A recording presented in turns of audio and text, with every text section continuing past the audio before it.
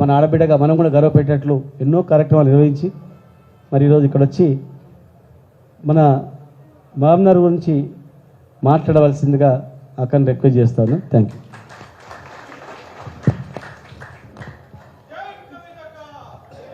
జై తెలంగాణ, జై కేసీఆర్.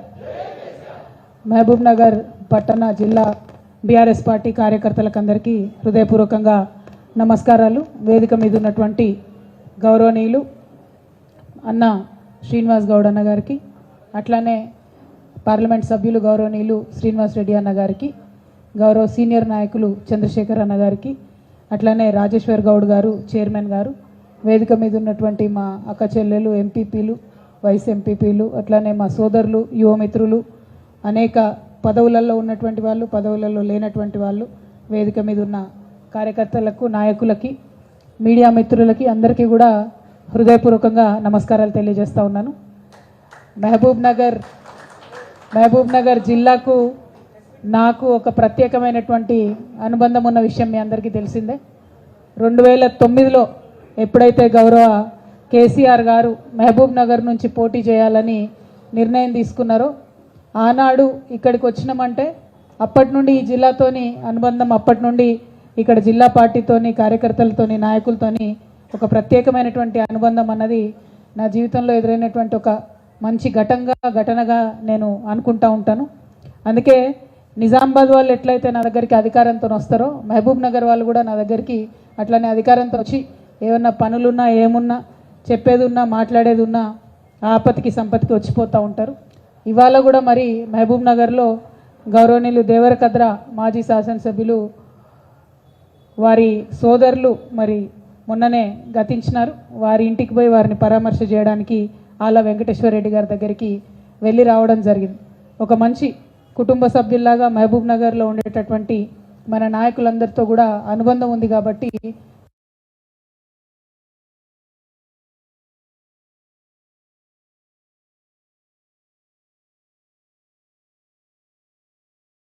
దాన్ని సాధించారనేటటువంటి ఒక గర్వం మాత్రం, ఆ క్రెడిట్ మాత్రం ఎప్పటికీ కూడా మహబూబ్ నగర్ జిల్లా ప్రజలకు 50 మంది తెలంగాణ ప్రజలు కూడా రుణపడి ఉంటారని చెప్పి మళ్ళీ ఒకసారి మీకు ఈ సందర్భంగా గుర్తు చేస్తూ ఉన్నాను. కాబట్టి కేసీఆర్ గారి హృదయంలో ఒక ప్రత్యేకమైన స్థానం. మనం తెలంగాణ ఉద్యమంలో బాధపడేటోళ్ళం. పల్లె పల్లెన పల్లేరు మొలిసే తెలంగాణలోన, మన పాలమూరులోన అని బాధపడినటువంటి అనేక సందర్భాలు ఉన్నాయి. ఆనాడు చాలామంది మిత్రులతోని మరి మహబూబ్ నగర్లో వలసలు ఎందుకు జరుగుతున్నాయి, ఈ వలసలను ఎట్లా ఆపాలి అని చెప్పి గ్రామాన తిరిగి ఆనాడు జాగృతి కార్యకర్తలు, బీఆర్ఎస్ కార్యకర్తలు తిరిగి ఆలోచన చేసినాం. ఎన్నో మంది స్వచ్ఛంద సేవా సంస్థలతోని అన్ని ప్రాంతాల్లో కూడా తిరిగి మా ప్రయత్నాలు మేము చేసినాం.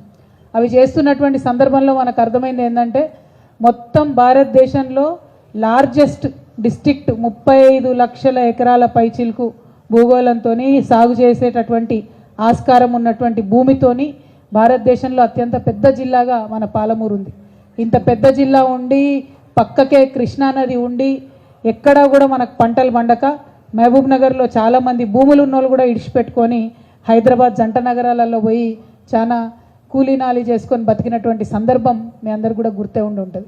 అందుకని ఒక బాధతోని, ఒక ఆర్తితోని తెలంగాణ రాష్ట్రం వచ్చిన తర్వాత ఎట్టి పరిస్థితుల్లో కృష్ణా నీళ్లు మనకు రావాల్సిందే, మన పాలమూరు పచ్చబడాల్సిందే అనేటటువంటి ఒక ఆలోచనతోని గౌరవ ముఖ్యమంత్రి గారు పనిచేసిండ్రు.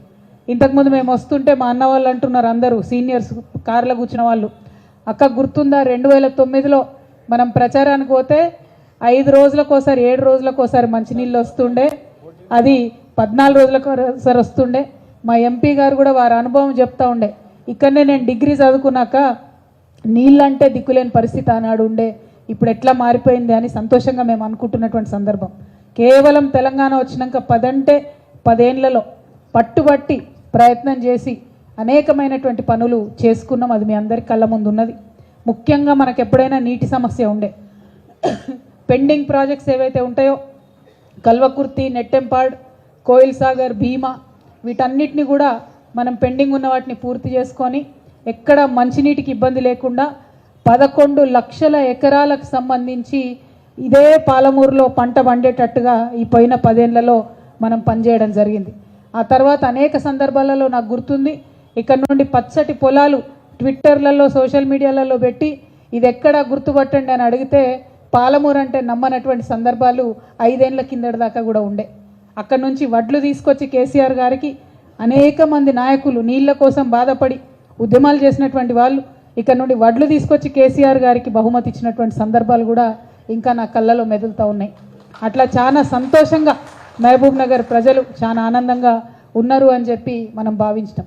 సరే, ఎన్నికలు వచ్చినటువంటి సందర్భంలో రకరకాల అంశాలు ముందుకొచ్చి ఇక్కడ ఇదివరకు వచ్చినంత మంచి రిజల్ట్ మనకు రాలేదు. అయినప్పటికీ ఇక్కడ ఉండేటటువంటి బీఆర్ఎస్ పార్టీ కార్యకర్తలకు నాయకులకు నేను కోరుతా ఉన్నాను, మనం ఉద్యమంలో నుంచి వచ్చినటువంటి వాళ్ళం. ఒక్క అడుగు వెనుకకు పడితే 10 అడుగులు ముందుకు లంఘించేటటువంటి శక్తి ఉన్నటువంటి వాళ్ళం. భయపడాల్సిన అవసరం లేదు. ఇప్పుడు వచ్చినటువంటి రిజల్ట్ని చూసుకోవాలి, అనలైజ్ చేసుకోవాలి, విశ్లేషించుకోవాలి, అర్థం చేసుకోవాలి, ఎక్కడ తప్పు జరిగింది, ప్రజల ప్రేమను ఎక్కడ కోల్పోయినామన్న విషయాన్ని అవగాహన వేసుకోవాలి, పట్టు పట్టాలి, కొట్లాడాలి, మళ్ళా పోయిన కాడనే తిరిగి సంపాదించుకోవాలి. అందులో వెనుకకు పోయేది లేదు, గుండె ధైర్యం కోల్పోవాల్సినటువంటి అవసరం అసలుకే లేదు. ఎందుకంటే మనం పనిచేసినాం, హార్ట్ఫుల్గా పనిచేసినాం, మనము ప్రాణ సమానంగా పాలమూరును భావించి పనిచేసినాం తప్ప రాజకీయం చేయదలుచుకోలేదు. వాళ్ళు రాజకీయం చేసిండ్రు, ప్రజలను మభ్యపెట్టిండ్రు, రిజల్ట్ ఇట్లా వచ్చింది. అయినప్పటికీ ఇవాళ బీఆర్ఎస్ పార్టీ అంటే ఒక శక్తి. బీఆర్ఎస్ పార్టీ అంటే ప్రతి ఊర్లో 70% రాజకీయంగా ఇంట్రెస్ట్ ఉన్న వాళ్ళు మొత్తం కూడా 70-80% మంది బీఆర్ఎస్లో ఉన్నటువంటి పరిస్థితి. లక్షలాది మంది సైనికులు ఉన్నటువంటి పార్టీ మన పార్టీ. అధైర్యపడాల్సిన అవసరం లేదు, చేయాల్సిన పనులు చాలా ఉన్నాయి. ఇప్పుడు పాలమూరు సగం కళ పూర్తి చేసుకున్నాం, మనం పెండింగ్ ప్రాజెక్టులు పూర్తి చేసుకున్నాం. పాలమూరు రంగారెడ్డి అనేటటువంటి ప్రాజెక్టు కృష్ణా జలాలను పర్మనెంట్గా పాలమూరుకి మళ్ళీ ఇచ్చేటటువంటి ప్రాజెక్టు. ఆ ప్రాజెక్టు కూడా 90% మన గవర్నమెంట్లోనే కేసీఆర్ గారి ఆధ్వర్యంలో మనం పూర్తి చేసుకున్నాం. ఏనుగెళ్ళింది తోక ఇక్కింది అంటారు, గట్లుంది ఇప్పుడు దాని పరిస్థితి. 90% పని ఆల్రెడీ అయిపోయింది, ఇంకా 10% పని మిగిలింది. మన పాలమూరు రంగారెడ్డి లిఫ్ట్ ఇరిగేషన్లో మనకు 5 పెద్ద పెద్ద రిజర్వాయర్లు ఉన్నాయి. 69 TMCలతోని కడుతున్నటువంటి ప్రాజెక్ట్ ఇది. మన నార్లాపూర్ కావచ్చు, ఏదుల కావచ్చు, వట్టెం కావచ్చు, కరివెన కావచ్చు, ఉద్దండాపూర్ కావచ్చు, రిజర్వాయర్లు అన్నీ కూడా 90% అయిపోయినాయి. మెయిన్ కెనాల్ ఏదైతే ఉందో దాంట్లో కూడా వర్క్స్ అయినాయి. అందులో నార్లాపూర్లో మీ అందరికి గుర్తుంటుంది, కేసీఆర్ గారు వచ్చి ట్రయల్ రన్ కూడా చేసిపోయినటువంటి సందర్భం. సో ఇప్పుడు మిగతా 10% వర్క్ మాత్రమే ఫినిష్ అవ్వాల్సి ఉంది. దానికి సంబంధించి ఒకవేళ మనం ఆ పనులన్నీ పూర్తి చేసుకుంటే ఇంకొక 10 లక్షల ఎకరాలకు పాలమూరు జిల్లాలో నీరు బారేటటువంటి ఆస్కారం ఉంది. ఇంకొక 2 లక్షలు మన వికారాబాద్, కొడంగల్, అట్లానే నల్గొండ ఇవన్నీ కూడా కలిపి మొత్తం 12 లక్షల ఎకరాలకు నీళ్లు బారేటటువంటి ప్రాజెక్టు పాలమూరు రంగారెడ్డి ప్రాజెక్టు. మరి ఇదే పాలమూరు నుండి ఇవాళ కాంగ్రెస్ పార్టీ నుండి సీఎంగా గౌరవనీయులు రేవంత్ రెడ్డి గారు ఎన్నికైనారు. మరి వారు ఇవాళ పేపర్లలో చదువుతూ ఉన్నాం, రకరకాల రూమర్స్ వస్తూ ఉన్నాయి. పాలమూరు రంగారెడ్డిలో ఆల్రెడీ వర్క్స్ ఏవైతే చేస్తూ ఉన్నారో వాటన్నిటినీ క్యాన్సిల్ చేస్తారని చెప్పి, క్యాన్సిల్ చేసి మళ్ళా కొత్తగా టెండర్ పిలుస్తారు అని చెప్పి చెప్తా ఉన్నారు. ఇక్కడ పాలమూరు రంగారెడ్డి విషయంలో గౌరవ ముఖ్యమంత్రి వర్యులు ఆనాడు కాంగ్రెస్ పార్టీలో ఉండి ఇదే రేవంత్ రెడ్డి గారు తప్పుడు కేసులు వేయించిన, దొంగ కేసులు పెట్టించిన, నేషనల్ గ్రీన్ ట్రిబ్యునల్కి పోయి ఆపే ప్రయత్నం చేసినా కూడా ఇది water project, drinking water project, దీన్ని ఆపొద్దు అని చెప్పి పనులు ఎక్కడ ఆపకుండా మనం మెయిన్ రిజర్వాయర్లు అన్నీ పూర్తి చేసుకున్నాం. ఇప్పుడు ఇంకా అనుమతులు ఢిల్లీలో వచ్చేటివి అన్నీ కూడా ఫినిష్ చేసుకున్నాం. ఇంకా చివరి అనుమతులు కొన్ని వచ్చేటివి ఉన్నాయి. దాని మీద దయచేసి సీఎం గారు దృష్టి పెట్టినట్టయితే ఈ ప్రాజెక్టుకి నేషనల్ ప్రాజెక్ట్ హోదా వస్తుంది. ఈ అనుమతులన్నీ కూడా పూర్తయిపోయి ప్రాజెక్టు ల్యాండ్ అయ్యేటటువంటి స్కోప్ ఉంటుంది. కాబట్టి రేవంత్ రెడ్డి గారికి బీఆర్ఎస్ పార్టీ తరఫున, పాలమూరు ప్రజల తరఫున నేను రిక్వెస్ట్ చేస్తున్నది ఒకటే, ఇప్పుడు జరిగేటటువంటి పనులను మళ్ళా క్యాన్సిల్ చేస్తే మళ్ళా మొత్తం చేయాలి అని చెప్పి మళ్ళా రీటెండర్ చేయాలని చెప్తే దాంతో ఇంకొక 2 పంటలకు పాలమూరు ప్రజలకు, పాలమూరు రైతులకు నీళ్లు రావడం ఆగిపోతుంది. త్వరితగతిన ఈ పనులన్నీ పూర్తి చేసుకుంటే ఇమీడియట్గా వచ్చే వర్షాకాలంలో చాలా చోట్ల నీళ్ళు ఇచ్చేటటువంటి ఆస్కారం ఉంటుంది. కాబట్టి ఇంకా డీలే చేయకుండా ఈ ప్రాజెక్ట్ని ఏదో మళ్ళీ క్యాన్సిల్ చేసి టెండర్లు కాల్ఫర్ చేస్తామని చెప్తా ఉన్నారు. మరి దీని వెనుక మతలబ్ ఏందన్నది సీఎం గారు అందరికి కూడా నిజంగా ఎక్స్ప్లెయిన్ చేయాల్సినటువంటి సందర్భం. ఎందుకోసం అడుగుతా ఉన్నామంటే గౌరవ కేసీఆర్ గారు ప్రాణహిత చేవెళ్ళ ప్రాజెక్ట్ని రీడిజైన్ చేస్తున్నామంటే రకరకాలుగా మాట్లాడిరు, ఏం చేస్తున్నారు, ఏం సంగతి అని. రీడిజైన్ చేసి ఎక్కువ ఎకరాలకు ఎక్కువ ఆయకట్టును మనం కవర్ చేయడానికి నీళ్ళు ఆనాడు ఇచ్చినాం. మరి ఇవాళ మేము పేపర్లలో చదువుతున్నది నిజమే అయితే పాలమూరు రంగారెడ్డి ఇప్పుడున్నటువంటి పనులను మీరు రద్దు చేసే మాట నిజమే అయితే మరి ఎందుకోసం చేస్తున్నారన్న విషయాన్ని కూడా ప్రజల ముందు చెప్పాలి. అసెంబ్లీలో కూడా పవర్ పాయింట్ ప్రజెంటేషన్ ఇవ్వాలి. ఎందుకంటే డిజైన్ చేంజ్ అయినప్పుడు మనకు ఆయకట్టు పెంచినప్పుడు ఇబ్బంది లేనప్పుడు ఎందుకోసం టెండర్స్ క్యాన్సిల్ చేస్తూ ఉన్నాం? దానివల్ల జరిగేదేంది? ఇంకో 2 సీజన్లు పంట రాకుండా రైతులకు నష్టం జరుగుతుంది. దీని బదులు దృష్టి పెట్టి ఢిల్లీలో మిగతా రావాల్సినటువంటి అనుమతులు తెచ్చుకొని అట్లానే నేషనల్ ప్రాజెక్ట్ హోదాని పాలమూరు రంగారెడ్డికి తెచ్చుకున్నట్టయితే బాగుంటుంది. రేవంత్ రెడ్డి గారు ఒక మాట అన్నారు నిన్న మొన్న ఇంటర్వ్యూ ఇచ్చుకుంటా. ఏమని? మోడీ గారితో సత్సంబంధాలు లేవు కాబట్టి కేసీఆర్ గారికి ప్రాజెక్టుకు మనకు అన్ని కూడా అనుమతులు రాలేదని మాట్లాడింది. మరి మీరు సత్సంబంధాలు పెట్టుకోండి, ఎవరు వద్దన్నారు? మీరు కొట్లాడండి, కేంద్ర ప్రభుత్వంతో కొట్లాడి మిగతా అనుమతులు తీసుకురండి, నేషనల్ ప్రాజెక్ట్ హోదా తీసుకురండి, శ్రద్ధ దాని మీద పెట్టండి. రైతులకు బెనిఫిట్ అయ్యేలాగా, పాలమూరు ప్రజలకు బెనిఫిట్ అయ్యేలాగా శ్రద్ధ దాని మీద పెట్టాలని చెప్పి నేను ఇవాళ ఇప్పుడున్నటువంటి ప్రభుత్వాన్ని, ఇప్పుడున్నటువంటి ముఖ్యమంత్రి గారిని మేము డిమాండ్ చేస్తూ ఉన్నాం. అదేవిధంగా అనేకమైనటువంటి అంశాలు మాట్లాడడం జరిగింది వారు ప్రతిపక్షంలో ఉన్నప్పుడు. ఈ పర్టికులర్ ప్రాజెక్టుకి సంబంధించి ఎన్ని అడ్డంకులు సృష్టించాలనో అన్ని అడ్డంకులు సృష్టించినా వాటిని అన్నిటినీ క్లియర్ చేసుకుంటూ ఇవాళ మొత్తంగా 90% పనులు కూడా పూర్తి చేసుకోవడం జరిగింది. ఇంకొక 10% పనులు పూర్తి చేయడం మీద ఈ ప్రభుత్వం శ్రద్ధ పెట్టాలని డిమాండ్ చేస్తూ ఉన్నాం. అట్లనే ఇంకొక మాట, మొన్నటి వరకు ప్రజాపాలన పేరుతోని మరి అన్నీ కూడా అప్లికేషన్లు తీసుకున్నారు. 1,20,00,000 అప్లికేషన్లు వచ్చినాయని చెప్తున్నారు. నిజంగా కూడా అప్లికేషన్లు ఎందుకు తీసుకున్నారో ఇంతవరకు ప్రజలకు అర్థమైతలేదు, ప్రభుత్వానికి అర్థమైతలేదు. ఎందుకంటే ఈ డేటా మొత్తం ఎవరెవరు ఏదైతే అప్లికేషన్లు పెట్టుకున్నారో అన్ని మీ సేవా సెంటర్లలో ఆల్రెడీ డేటా మొత్తం ఉన్నది. రేషన్ కార్డు అప్లికేషన్ అయినా, వితంతు పెన్షన్ అప్లికేషన్ అయినా ఏదైనా ఆల్రెడీ డేటా ఉన్నది. ఇక కొత్త స్కీములు కావాలనుకునే వాళ్ళు పెట్టుకునే అప్లికేషన్లు తప్ప మళ్ళీ పెట్టిన వాళ్ళతోనే పెట్టి తీసుకొని ప్రజల లైన్లో నిలబెట్టిండ్రు. అది అయిపోయింది. సరే, ఇవాళ మేము ప్రభుత్వాన్ని కోరేది ఒకటే. ఇవాళ ఆల్రెడీ జనవరి 8వ తారీఖు, 9 అన్నయ్యలు 9వ తారీఖు జనవరి 1 నాడు పెంచినటువంటి పెన్షన్లు వేయాల్సినటువంటి ప్రభుత్వం జనవరి 9 అవుతుంటే కూడా మరి పెన్షన్ల ఊసెక్కడా లేదు. అక్కడనో ఇక్కడనో 2-3 జిల్లాలల్లో ఉద్యోగస్తులకు జీతాలు వేసిండ్రు, మిగతా జిల్లాలలో ఇంకా జీతాలు కూడా రానటువంటి సందర్భం, రైతు బంధు ఊసులేనటువంటి సందర్భం. ఏమంటున్నారు? ఇవన్నీ అడిగితే అరే నెల రోజులు ఇయ్యరా, 2 నెలలు ఇయ్యరా అంటున్నారు. తప్పకుండా ఇస్తాం, 100 రోజులు కూడా ఇస్తాం. కానీ మేము కోరేది ఒకటే, ఆల్రెడీ 44 లక్షల మందికి ఈ రాష్ట్రంలో కేసీఆర్ గారి హయాంలో పెన్షన్లు ఇస్తూ వచ్చినాం. కేవలం ఎవరికైతే వస్తున్నాయో వాళ్ళకే మీరు పెంచి వేయండి పెన్షన్. దానిలో పనేం లేదు కదా, కొత్తగా డేటా తీసుకునే అవసరం లేదు కదా, అప్లికేషన్ తీసుకునే అవసరం లేదు కదా, దానికి సమయం ఎందుకు? దాన్ని మాత్రం జనవరి 1 నుంచి మీరు పెంచిన పెన్షన్ వేయవలసిందిగా మేము డిమాండ్ చేస్తూ ఉన్నాం. అంతేకాకుండా ఇంకొక మాట ఇచ్చింది ఈ ప్రభుత్వం, 100 యూనిట్ల కన్నా తక్కువ కరెంటు బిల్లు ఉంటే కట్టే అవసరం లేదని చెప్పింది. ఇవాళ మహబూబ్ నగర్ జిల్లా 200 యూనిట్లు, మహబూబ్ నగర్ జిల్లా ప్రజలందరికీ కూడా మేము పిలుపునిస్తూ ఉన్నాం. 200 యూనిట్ల కన్నా తక్కువ మీకు బిల్లు వస్తే కరెంటు బిల్లు కట్టకూరి. మీరు ఎందుకోసం అని చెప్తా ఉన్నాం ఈ మాట అంటే, మీరు కట్టుడెందుకు, వాళ్ళు మళ్ళీ మనకు వాపస్ ఇచ్చుడెందుకు? కట్టకుంటే మంచిగా ఉంటుంది, ప్రభుత్వానికి కూడా ఈజీగా ఉంటుంది. కాబట్టి కట్టకుండా ఉండండి అని కూడా మీ అందరికీ నేను మనవి చేస్తూ ఉన్నాను. ఇట్లా ఒక్కొక్కటి వాళ్ళు చెప్పినవి కొన్ని చేసే ప్రయత్నం చేస్తున్నారు. అందులో ఏమన్నా లోటుపాట్లు ఉంటే తప్పకుండా ప్రభుత్వానికి సూచన చేస్తాం, సమయం ఇస్తాం. 100 రోజుల తర్వాత బీఆర్ఎస్ పార్టీ కార్యకర్తల నాయకులందరూ సిద్ధంగా ఉండాలి. మళ్ళీ మనం ఉద్యమం చేపట్టాల్సి ఉంటుంది. ప్రజలకు సౌకర్యం కలిగే విధంగా, ఈ ప్రభుత్వం ఇచ్చినటువంటి మాట నిలబెట్టుకునే విధంగా, ప్రజలకు హక్కులు సాధించి పెట్టడానికి, వారి పక్షాన పోరడానికి బీఆర్ఎస్ కార్యకర్తలందరూ కూడా సిద్ధంగా ఉండాలని ఈ సందర్భంగా పిలుపునిస్తూ ఉన్నాం. అట్లానే త్వరలోనే పార్లమెంట్ ఎన్నికలు రాబోతూ ఉన్నాయి.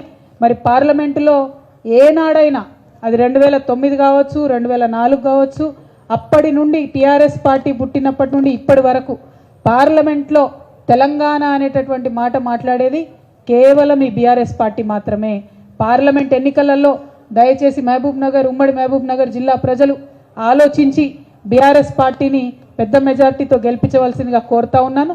ఎందుకంటే కాంగ్రెస్ పార్లమెంట్లో ఉన్నా ఎన్నడూ వాళ్ళు తెలంగాణ గురించి మాట్లాడలే, బీజేపీ పార్లమెంట్లో ఉన్నా ఎన్నడూ వాళ్ళు తెలంగాణ గురించి మాట్లాడలే. కేవలం మాట్లాడేటటువంటి పార్టీ తెలంగాణ హక్కుల కోసం కొట్లాడేటటువంటి పార్టీ గిదే గులాబీ జెండా, గిదే బీఆర్ఎస్ పార్టీ. కాబట్టి రానున్న పార్లమెంట్ ఎన్నికలలో బీఆర్ఎస్ పార్టీ అభ్యర్థులను పార్లమెంటుకు పంపించవలసిందిగా ఉమ్మడి మహబూబ్ నగర్ జిల్లా ప్రజలను మనస్ఫూర్తిగా కోరుతూ, మరి మహబూబ్ నగర్ జిల్లాకు వరప్రదాయిని ప్రాణప్రదమైనటువంటి పాలమూరు రంగారెడ్డి ప్రాజెక్టుకి నేషనల్ స్టేటస్ కోసం ప్రయత్నం చేయవలసిందిగా ఈ ప్రభుత్వాన్ని డిమాండ్ చేస్తూ ఉన్నాం. మీరు ఈ టెండర్లు రద్దు చేసి మళ్ళీ టెండర్లు పిలిచే ప్రక్రియలో ఇంకా 2-3 సీజన్లు రైతులకు నీళ్లు రాకుండా నష్టపోతారు. కాబట్టి ఆ ప్రక్రియను కట్టిపెట్టి తక్షణమే కేంద్ర ప్రభుత్వం మీద ఒత్తిడి తీసుకొచ్చి మిగతా పర్మిషన్లు తెచ్చి ప్రాజెక్టు పూర్తి చేయవలసిందిగా ఈ ప్రభుత్వాన్ని డిమాండ్ చేస్తూ ఉన్నాం. అవసరమైనటువంటి సూచనలు మా అన్న చాలా గొప్పగా చెప్పినారు శ్రీనివాస్ గౌడ్ అన్న గారు. మీరు ఎక్కడనో మా ఎంపీటీసీలను తీసుకుపోవడం ఎందుకు, మా కౌన్సిలర్లను గుంజుకపోవడం ఎందుకు, ఇవన్నీ వేసుడు ఎందుకు, మీకు ఏం చేయాలనుకున్నా సపోర్ట్ చేస్తాం మేము. ఎందుకంటే ఇవాళ ప్రతి స్థానిక సంస్థల్లో నిండుగా దాదాపు 80-80% ఉన్నది కూడా బీఆర్ఎస్ ప్రజాప్రతినిధులే. కాబట్టి అభివృద్ధిలో ఎక్కడ కూడా మేము ఆటంకపరచం. మీరు ఇచ్చినటువంటి హామీలు నిలబెట్టుకోవడంలో మాత్రం తప్పకుండా మీకు సూచనలు చేస్తాం. అవసరమైన సందర్భంలో నిలదీస్తాం. జరుగుతున్నటువంటి పనులు ఆపకుండా కొనసాగించి ప్రజల పక్షాన ప్రభుత్వం ఉండాలని చెప్పి మీ అందరినీ ప్రభుత్వాన్ని ఈ సందర్భంగా డిమాండ్ చేస్తూ మళ్ళీ ఒకసారి మహబూబ్ నగర్ జిల్లా ప్రజలకు మనస్ఫూర్తిగా ధన్యవాదాలు. ఎప్పుడు మహబూబ్ నగర్ వచ్చినా మంచిగా పాత కార్యకర్తలందరినీ కలిసి సంతోషం అనిపిస్తుంది. మళ్ళీ ఒకసారి మీ అందరినీ కలిసినందుకు చాలా హ్యాపీ. ఈసారి పార్లమెంట్ సీటు గెలిచిన తర్వాత జైత్రయాత్రకు మళ్ళీ పాలమూరు రావాలని మనస్ఫూర్తిగా కోరుకుంటూ మీ అందరి దగ్గర కూడా సెలవు తీసుకుంటా ఉన్నాను. Thank you. జై తెలంగాణ, జై కేసీఆర్. ఎంపీ గారు ఓట్ ఆఫ్ థ్యాంక్ యూ.